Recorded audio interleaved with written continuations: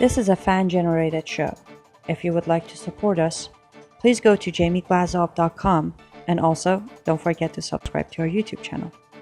All your support is greatly appreciated.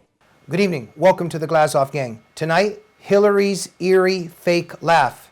With us this evening, Daniel Greenfield, a Shillman Fellow at the David Horowitz Freedom Center, and he writes the blog The Point at frontpagemag.com. Daniel Greenfield, what an honor and a privilege to have you back on the Glazov Gang. Thank you, even if I did leave my eerie fake laugh at home. Okay. Daniel, fascinating articles at the blog and also at frontpagemag.com. And yes, the blog is at frontpagemag.com, but you write for both, including for our journal. And fascinating article you wrote the other evening covering the debate between Trump and Hillary. But you mentioned Hillary's eerie fake laugh. And I want to talk about this just a little bit because I think it's a window to many other things for us. Daniel, tell us about this laugh. Well, as you've said, it's a window, and the window is into a Hillary who is a fake, who is an artificial construct. There's nothing natural about her. There's nothing authentic about her. There's nothing human about her. Everything about her is calculated and fake. And I think viewers really saw that in this debate. They saw somebody who might as well be one of those Disney automatrons who just move around, get pulled around by strings. But what they're showing you is not who they really are. And so every time she smiled, it looked fake. Every time she laughed, it sounded hollow. Everything that she says is a lie, and this is really very much the essence of who Hillary is. Everything about her is a lie. Yeah, and you know, Daniel, even this evening while I was preparing to talk about this, there's always something a little bit talking to me, even the way we've been shaped by our culture. Jamie, that's not nice to make fun of Hillary's laugh, or that she might be crazy, or that she's eerie. Be nice, you're being mean. And you know what's interesting, Daniel? You see how Ann Coulter is treated? And what happened even a couple weeks ago, a couple months ago, the names that she's called. There was this one event where they were telling her, they were talking about how they wish that there had been abortion, so there had been an abortion, so she hadn't been born. They called her the C word. They make fun of her looks. They're telling her she should go kill herself. And it's all humor, and she should get a life. The things that are said about Sarah Palin. And yet we can't imagine if conservative commentators actually said something about Michelle Obama in the same way, or even about Lena Dunham, for instance. Just talk about this hypocrisy and double standard for a minute, where if you and I kind of talk about Hillary's laugh, we're kind of being mean, but it's okay to call Ann Coulter the worst of words. The left has a double standard. It has a double standard on everything. And again, we've seen that pretty clearly in this election, where, for example, when Trump said that Hillary was the founder of ISIS, the media went into full outrage mode for a good 15 minutes. When Hillary, once again, has continued saying that Trump is really aiding and abetting ISIS, that he's aiding recruitment, this is perfectly fine. The media applauds that. It applauds every single conceivable attack on Republicans, conservatives. It has no problem with Howard Dean, for example, suggesting that Trump is a cocaine addict. They have no objection to that. But if Trump said something like that, if a conservative said something, if they suggested that Hillary is a cocaine addict and that really her medical problems are caused by drug abuse, they'd lose their minds because this is just unacceptable. This is out of bounds. And you know, conservatives, the Trump campaign has been a wake-up call. Conservatives need to do the out-of-bounds stuff. They need to do the punch in the face, the other guy in the face stuff, because really the left's credo, and this is something that they've picked up from Mike Tyson, is punch the other guy in the face as hard as he can, then just keep doing it over and over again. And this is something we need to start doing. We need to punch them as hard as we can. Well, absolutely. And look, and I'm just being honest. And so, yeah, if they can compare Trump to Hitler and that he's a cokehead or whatever, but let's just talk about this for a minute, because I'm actually being completely honest. You know, when Hillary starts laughing like that howl that she does, like when you say it's an eerie fake laugh, like, Daniel, you're not kidding and I'm not kidding. Like, I get scared sometimes, like, what's up with the laugh? Like, I will be honest, she seems crazy. It is not a normal person's laugh. It is not a human laugh. It's something very strange. It's like somebody who doesn't really know how to be human trying to do a laugh. So it's like an alien comes down from another planet and they really have no idea how human beings work, and they just try to imitate this kind of ridiculous fake howl laugh. It's very creepy, it's very mechanical, it's very uncanny valley. But really, that's all Hillary down to the essence. Everything about her is creepy and fake at the same time. I'm not going to put you on the spot tonight, but on our next program, will you imitate the laugh? I don't think I could do that without actually being an alien from another planet. It is a very creepy thing. I don't think you can be a human being and properly do it. I've been practicing it, but I haven't gotten it down right yet. But look, this is a window to some other things, because when your husband is constantly cheating on you and your reaction to the situation is to find out as much bad information about those women and destroy their lives, and you do this for years and decades, I think it says something about a person's heart and soul, or maybe arguably the lack thereof. Certainly, there are very deep-seated things wrong here. Hillary has made plenty of compromises. You know, politics, you do have a lot of people making compromises to get to where they are. Hillary has made a great many compromises. You know, arguably, she has sold her soul, and there's really nothing quite there. There's nothing normative. There's nothing properly human inside. There's just this kind of political persona, and it's animated by this greed, by this careerism, by this desire to destroy things. But there's no healthy human being inside there. There's no soul. Yeah, something is definitely up. Now look, even the just the deception and the dishonesty with the American public. Daniel, is there, I don't know, like when she was being carried like that into the limousine a little while ago, remember that, obviously? Yes. I mean, when somebody's carrying a person in that way, how could that possibly be dehydration or pneumonia?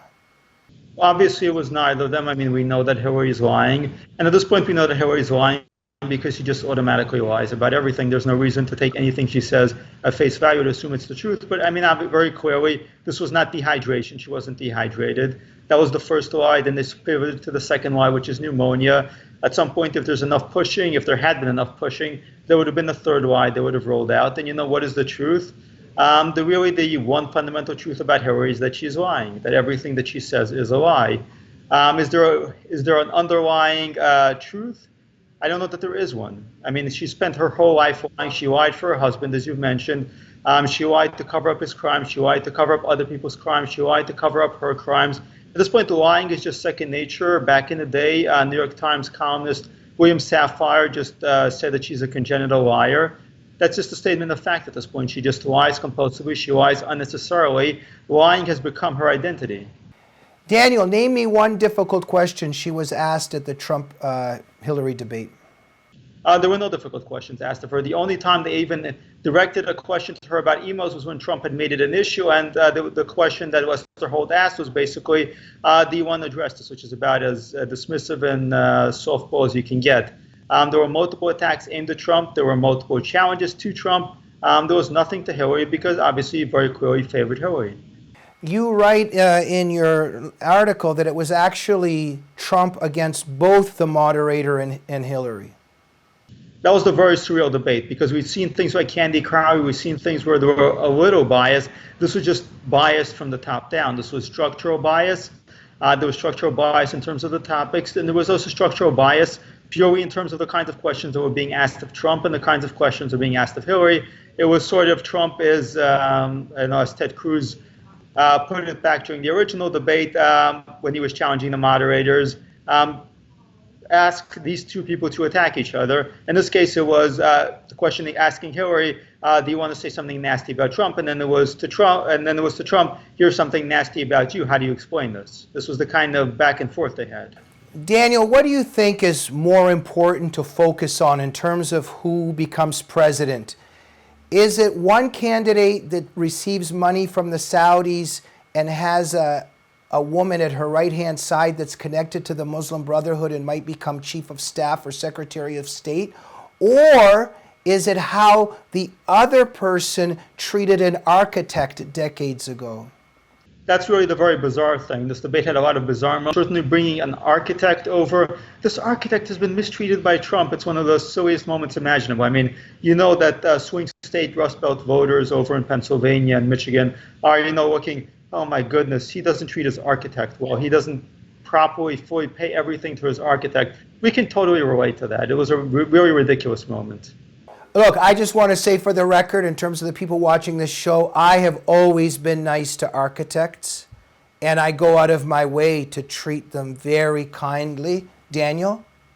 I usually just throw bottles at the heads of architects passing on the street. There are just parades of them, and they're clogging up the sidewalk.